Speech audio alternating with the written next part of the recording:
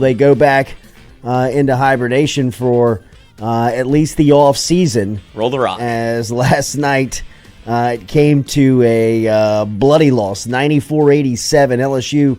LSU made a little bit of a run there at the end, but for the most part it was an 11-point game.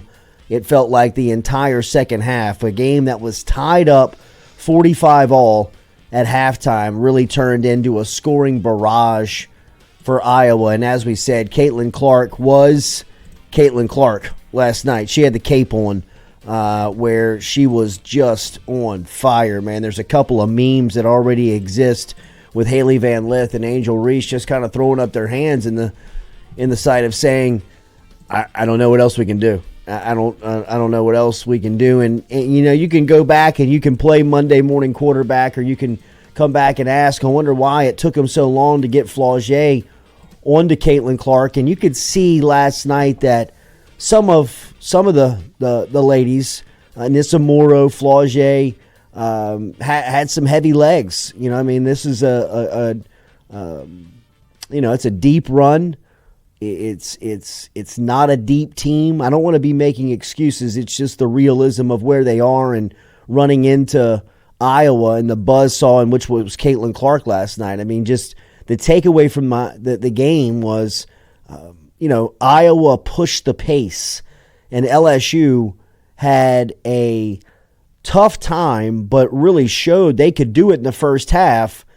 And for that game to get to a point where it was tied up really felt like a task for LSU. I mean, didn't it? I mean, when Caitlin Clark and Iowa tied it up, or Flaugier had the running layup at the end of the first half to tie the game up, it really felt like, I mean, LSU was spending a lot of energy trying to play at this pace, but they were keeping up. And in the second half, you could see it was just, I mean, the wind came out of the sails for LSU, and then momentum got squarely behind Iowa. And for as good as Clark was last night, and she was fantastic, right? I mean, she was as advertised, really what was the heartbeat of that team. She played all 40 minutes. She had 41 points. She had 12 assists. She had 7 rebounds. She played at an extremely high level. I thought really kind of the difference in the game was the supporting cast. Guys, players like Kate Martin, who stepped in and had, a loud 21 points last night. The Affolter, Sydney Affolter, had a big game last night. Really played tough, I thought, in her minutes. Was the 16 points. I mean, they had players stepping up around Caitlin Clark, which I thought was, really kind of the difference in the game. I mean, Affolter was 2 of 3 from behind the line.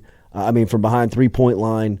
Marshall was 1 of 3. Martin was 1 of 5. I mean, they had players just hitting shots outside of Clark, and that was when, Clark started to hit hers. It was like, wow. I mean, LSU just couldn't keep up. I thought LSU's game plan that really looked like was unstoppable for Iowa was playing through the post. Mm-hmm.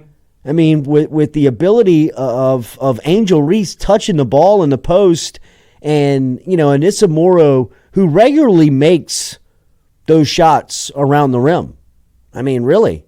I mean, she had a couple of looks last night where she was playing over the top of Iowa's defender, and all season long, we've seen her capitalize on those shots. And she just couldn't find it last night around the rim like she usually could. I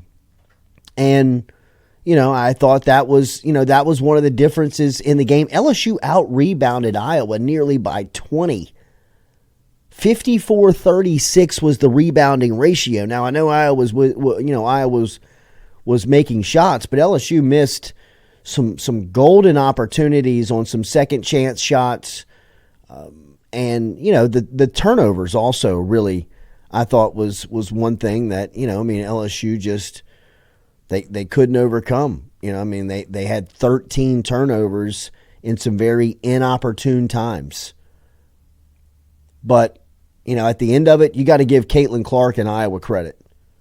Because for as much as LSU had and felt like at times could and would win the game, Iowa, for the most part last night, they were the better team.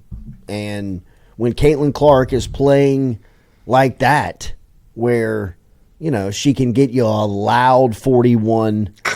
I mean, that was a gigantic 41 points. And really more impressive than her shooting, and her shooting is Steph Curry type impressive. Her ability to pass is special. I mean, like, she is. I wanted to come on and be able to parade that LSU ended the Caitlin Clark train and finally put an end to this parade. But Caitlin Clark got some respect for me last night in the sense of, I mean, she was the best player on the floor, and she dictated the pace of that game for 40 minutes. I mean, that whole game was played at her tempo and through her remote control the entire time. And in the same sense, I love going to war with Angel Reese. Mm-hmm. I love having Angel Reese on the team that I pull for. I think Angel Reese, if and when she makes her decision, and I hope for selfish reasons that she comes back and would understand whatever decision she makes, she's made that and earned that responsibility, earned that opportunity to make that choice on whatever the next step for her is, whether she comes back to LSU or she moves on to the WNBA. She's going to be incredibly successful and always will be a great representative of LSU. I love the fact that she wears purple and gold. She is as competitive and as caring and as solid of a player, teammate, but more importantly, a person than we probably give her a lot of credit for. And I thought last night, all of it was on display. Her competitiveness, her ability, how much she cares. And then, the breakdown of it, just the weight of it hitting her and watching her teammates come to her side and take her back and have really glowing things to say about her. I really hope that America wakes up this morning with a different type of respect for Angel Reese. I'm not asking you to like her. I'm not asking you to pull for her. I'm not asking you to buy her jersey.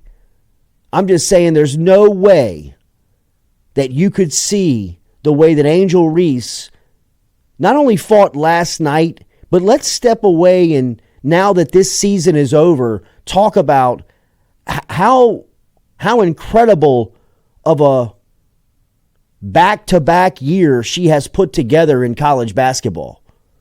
And what an incredible run it has been watching her up close. And I'm not getting into it yet because she might come back, and I hope she does.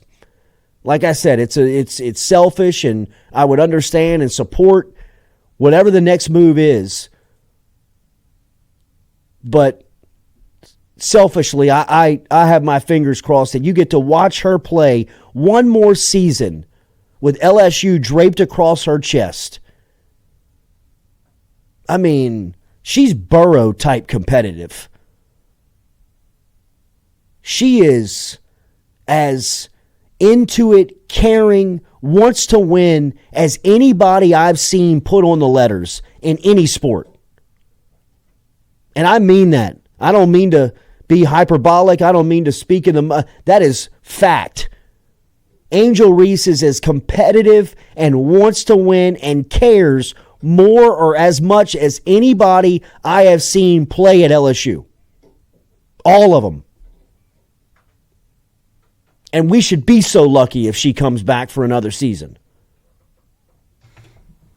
So, the way she played last night, she was as dominant of a player on. I don't know why they got away from her. I mean, there were a couple of times where they just dropped it into her, and it was like she was playing against kids. And I'm not here to play Monday morning quarterback because when Caitlin Clark gets you 41 like that, I don't know what you could really do to win the game, but it felt like LSU had a real big advantage in the block with Angel Reese. It felt like she at points was really the best player on the floor. Definitely the most competitive. And you might get her back. Well, and I think the biggest thing for Angel is what you saw from the beginning of the year to the end of the year, whether you talk about like being a competitor, but also being a leader. Like you saw the difference, and whether it comes from her sitting out or getting disciplined, I guess you could say, for a couple of games at the beginning of the year to where she was at the end of the year, where she's pumping up Flau'jae, where she's always a leader on the team or on the bench or wherever whether she's in foul trouble or whether she's injured, which I think is why they got away from her a little bit after she rolled her ankle, the same ankle that she hurt in the SEC tournament. Like those types of things, wherever she was still in the game and she was still able to help you, whether it be on the bench as a player, but more so as a leader. And you saw Flau'jae grow with like under Angel Reese. And if they run this whole thing back, because you forget, Anissa Morrow comes back, Haley Van Lith can come back. It feels like Angel Reese is going to come back. Michaela Williams going from a freshman to a sophomore. You saw Flau'jae make that jump where she scored, 20 in the last 3 games, where she was probably your best offensive player. Oh, I think so. I think Flau'jae was probably the best player in the postseason. Yeah, for LSU, absolutely. Yeah, I mean, she was probably from wire to wire. She didn't have her best game last night, but still dropped 23. She still had 23, right? I mean, when I saw the stat line after the game, I said, "Wow," because you're starting to get used to it. Yeah, like it started to become commonplace for her to drop over 20 points, and I think we both kind of thought the same thing of should you have put Flau'jae on her earlier when like you saw Caitlin Clark kind of just could get whatever she wanted. And there's somebody in the chat that said, like, it wasn't the 41 that had me nervous, it was the 12 assists. And the way that you kind of had to play Iowa's game, because LSU came out the chute and got down early, and then they had to kind of claw back into it. And then you started playing this breakneck pace where Iowa was kind of able to snowbird you a little bit and get behind the defense whenever they wanted. And that was because of what Caitlin Clark was able to do offensively, where she dictated the entire game. And if you look at last year, she still, in the national championship, she dropped 30. Yeah. But it didn't feel the same. Right. It felt like it was a hard 30 points for her to get against even Alexis her first Morris. half last night. I kind of thought, like, they're defending her pretty well. As good as you can. Like, she was just making everything. Yeah, I mean, she was just – every time she puts the ball up, I mean, you tighten up. You get nervous. Yeah, I mean, you tighten up. I mean, it's like – very much Steph Curry at Davidson whenever he was trying to make that kind of run for, like, you could tell that was their entire team whenever they were able to beat Duke. But every time he came down the court, you were, don't let him get loose, but as soon as he crossed his half court, he's loose. Mm-hmm. And that's what Caitlin Clark felt like, where she's hitting step back. She's the ways that she was able to distribute the basketball, it just never, I think Van Lith said it best, she's like, it never felt like we were in the game. It felt like we were losing from the whistle. And that's what it looked like, where even though you were tied at 45, it felt like you were like treading water the entire time. Yeah, and you really were. I mean, she came out, she hit her first shot. And that's when you go, Lord, it's going to be one of those kind of nights. One of those nights, right? Where she's just going to be on it, and then a couple of her supporting cast start knocking down shots. Oh, Brady! But LSU, I thought, stepped into the middle of the storm. I mean, Flau'jae, you say those 23 out loud, and you wonder, man, where were those points? I mean, she hit a couple of knockdown mid-ranges to keep you in it. I mean, that you were taking on some just legions of water. And, I mean, she stepped into a couple of 18-footers and just didn't even hit the rim where you had to have them. So, I can't wait to see the the development and growth between this season and next for Flaugier. Flaugier potentially, I think, could be in like a player of the year type discussion next year, just by the way and athletic. And I mean, some of the plays she makes in the lane where she's spinning away from the rim, changing hands and able to finish very smooth. I mean, that shot she made before half was, I mean, so big time. She made one of the first basket she made against UCLA the other day, or maybe the first 2-point basket she made against UCLA the other day, where she catches it in the corner and dribbles out of the corner down the baseline and like spins into the lane for a lot of these layups, like she doesn't use the backboard. Her touch around the rim is like it's almost like a quarterback. I mean, she's able to just kind of like drop the ball in there very, very smooth. I think her Euro game is unbelievable. Man, also. Her ball handling, her athleticism, some of the blocks she made coming out of nowhere. We've been on her all year. Like, yeah. I would say that we would, not to, toot our own horn or whatever, but you could see the development come with Flaugier, where like she's kind of the engine of this entire team. Whenever she's right, the team played right. And it's because I think a lot of pressure was put on Van Lith also to obviously you see her change positions. And when you have a game where she was the leading scorer for Louisville last year, and now she has games where she's 2 for 8, and you're wondering, all right, she never really got it quite figured out. Like, it felt like she was just not in the right system for what she does well. But Flaugier being able to step up and kind of take over that role, I think, is why people wanted to see her guard Caitlin Clark. But when you get in foul trouble like that, and you need the offensive output that Flaugier had, you kind of have to take the good with the bad. Yeah. No, I agree. I mean, I think you could sense early. I mean, she was just a little tired. I mean, yeah, it's been a heck of an offseason. She put the team on her back. Yeah, I mean, she's been rolling here in this postseason, and she just didn't have that bounce every possession like she's had. You could see it in spurts, and maybe that's why they didn't go to her early on with Caitlin Clark and defending her. Maybe they wanted to try and save her legs as much as possible for the second half. And Kim Mulkey was speaking last night to the media following the loss, and here she is talking about what it's like to defend Caitlin Clark. Strategy. You got to guard her.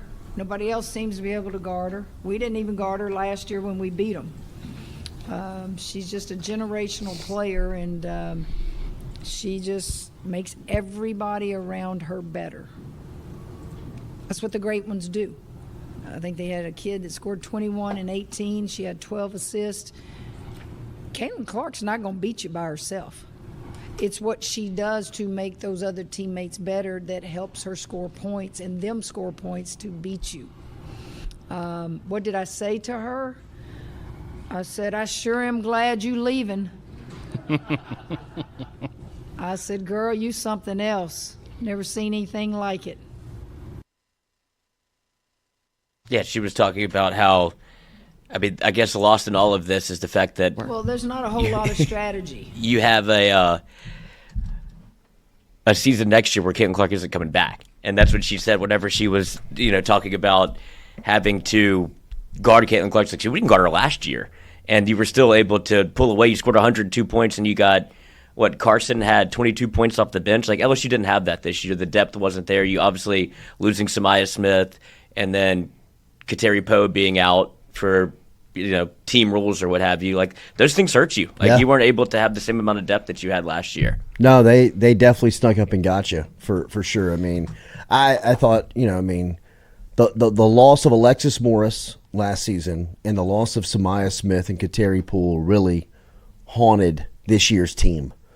Those are the players that they really needed, or one of Samaya Smith or Kateri Poole. Not necessarily both of them. I mean, because injuries happen and suspensions happen. I mean, those happen. Those things that you have to throughout a year really kind of navigate. But to have them both happen on this team and a team that's limited in depth was just something that haunted them. And then Alexis Morris was that. She was really kind of that point guard that could slow and or speed the pace up. She really knew and felt the game, and LSU really missed that this season. Somebody that could really push and dictate tempo and, control the game. And for LSU, I think last year Poa will be another player that, will be exciting to see what her development and growth looks like from this season to next. And then what the ultimate plan is with Haley Van Lith. I know there's a lot of discussion with Angel Reese and Van Lith on what they're going to do. And, and just trying to be realistic about this. And, I always want to, give the prerequisite when we talk about these subjects on players announcing what the next step is going to be for them. I'm not putting into account the personal aspect of it. Whatever the personal feeling of it is, that's their prerogative and that's what their decision is to make. When I'm just looking at the sports angle of it, the Mason Smith football decision, the Haley Van Lith basketball decision. I mean, if Haley Van Lith is really looking on whether or not she should come back to LSU, I think the only real option she has of not being here would be to be at another school, right? I mean, for her to be debating on whether or not the WNBA is ready, I mean, no disrespect at all, because I think Haley Van Lith is a really solid and a really good player, and definitely is someone who has a future playing basketball at the highest level. But to maximize her draft ability and maximize her draft stock, she needs another year of school. And she needs another year of school because, I mean, last night it didn't take anyone who's ever watched basketball in their life to recognize, like, number 11 in purple, she can't move laterally. And basketball, really, it's a lateral game, especially if you're a backcourt player. You have to be able to get down in a stance, slide your feet, and keep somebody in front of you. And I'm not saying that a year from now that she'll be able to keep Caitlin Clark in front of her. But in the grand scheme of it, that's not who Caitlin Clark is. I mean, she's not a slasher. She's not somebody who gets to the rim. She's not somebody who really creates. She can. She's good enough to do it, but her shot, her game is shooting, right? Dribbling on, shooting off the dribble, shooting off the bounce, shooting off of screens, coming down, just pulling up and shooting. I mean, she's got the bag. She's got the game where she can go into it and pull out get to the rim. But she's not going to be doing that next season in the WNBA. I mean, a lot. Not like she was last night. She got to the rim whenever she wanted to. I mean, like, it was like they needed to slow down LSU's pace. They needed to get a bucket. She would just zip to the rim because defensively, Van Lith just needs a lot of work on that. She needs to work on her foot speed in the sense of she's got to get quicker. She's got to be able. I just don't know who she would guard at the next level. When in reality, SEC point guards give her fits. And you saw what the best point guard in America does to her. And that's no disrespect. That's just being real. I mean, she'd probably be a top 10 pick. There's only 12 teams. But for her to come back, I think, her skill, her basketball skill has another year of development. And then she has a chance to work on the things that, it's just like if we talk about, a football prospect that may be on the fence of a second or third round pick. Yeah, you're going to get drafted. You're going to play. And you have a future in the game. But if you want to maximize your draft ability, if you want to maximize your potential of where you go at the, at highest selection, you need to come back. You need to work on some things that need to be sharpened, that you need to pay attention to. And also, I think Van Lith and Reese have to take a step back and look at the team. I mean, LSU, if those two come back, they have the transfer from Arkansas, they have the point guard from Lafayette Christian, the transfer portal is about to go haywire, I'm sure. They get Samaya Smith back. Michaela Williams is a year older. Anissa Morrow is a year older. Lastiera Poa is a year older. Aaliyah Del Rosario is a year older, who I thought really grew up in front of our eyes, took a next step as a freshman this season. Another one, I can't wait to see what the development and growth looks like for next year. But you throw Reese and Van Lith on this roster next season? I mean, they would probably want, they were preseason number 1 in the country last, going into this year. They lost a couple of players, ended up number 8. They'll probably end up, they got knocked out in the Elite 8. I would think if Van Lith and Reese return, they're probably preseason 1 going into next year. So I just... Even without Van Lith and Angel Reese, I would feel like they would be at least preseason top 3. Oh, yeah, they're going to be loaded. They'll be loaded. Because you talk about Michaela Williams coming back, Flau'jae is going to be a year better. Like, you listed all the players. Like, I think people forget that Morrow's coming back. Like, she was a, top 5 scorer in the country for DePaul? Like, she's a absolute bucket and a weapon that you didn't utilize really, or didn't have to utilize that much this year, where it wasn't everything was on her. Same thing with Van Lith, where last year she averaged 20 points in the tournament. This year she's, I think averaged 11 for LSU. Like, you didn't utilize her the way that you probably, because you had so much talent. Like, I know it's very front-loaded where you only play 5 or 6 girls, but what you had was as good as it could be whenever you have an Angel Reese, a Flau'jae Johnson that kind of butted into a superstar, and you have her coming back, Morrow coming back, and then if you start adding in like a Michaela Williams who can take that next step, LSU's going to be fine. They're going to, and then you have the kicker of Caitlin Clark leaving Iowa. Like, LSU's going to be in the same spot they were this year, if not better. But if you do get an Angel Reese and a Haley Van Lith back, there's no reason to think that they can't be either Elite 8 better or maybe take 2 of 3 national champions in 3 years. Remember our friends over at Hughes Mechanical Contractors. Trusted Daikin dealers can help you out with your HVAC services today, both residential and commercial. You can find them all along South Louisiana Corridor I-10. They're located in Zachary, headquartered there, with an office up on the North Shore as well, so they can get to you today very easily if you're in New Orleans, Mandeville, Covington area, or if you're over in Zachary, Baton Rouge, around this area, they can stop in and get to you here from a commercial and residential HVAC service standpoint. Remember, they're a trusted Daikin dealer, and you can find them online at hughesmechanical.net. HughesMechanical.net is where you can find them. Yeah, you got some other players on this roster as well that will be a year older when you're talking about this women's basketball team. For next season, Angelica Velez is a freshman that we rarely saw this season. Obviously, we've talked about some of the players that we'll see, like Aaliyah Del Rosario, but Janae Kent is another guard that we saw at times with the lack of depth during the NCAA and the SEC tournament, log a couple of minutes. Obviously, you'll get Samaya Smith back on this team, and then the additions, like we said, of some big-time recruits out of the transfer portal and out of high school will be added onto this roster too. So, I agree with Lloyd that LSU will be sitting in the right spot, or in the same spot that they're sitting in now. They'll be contending.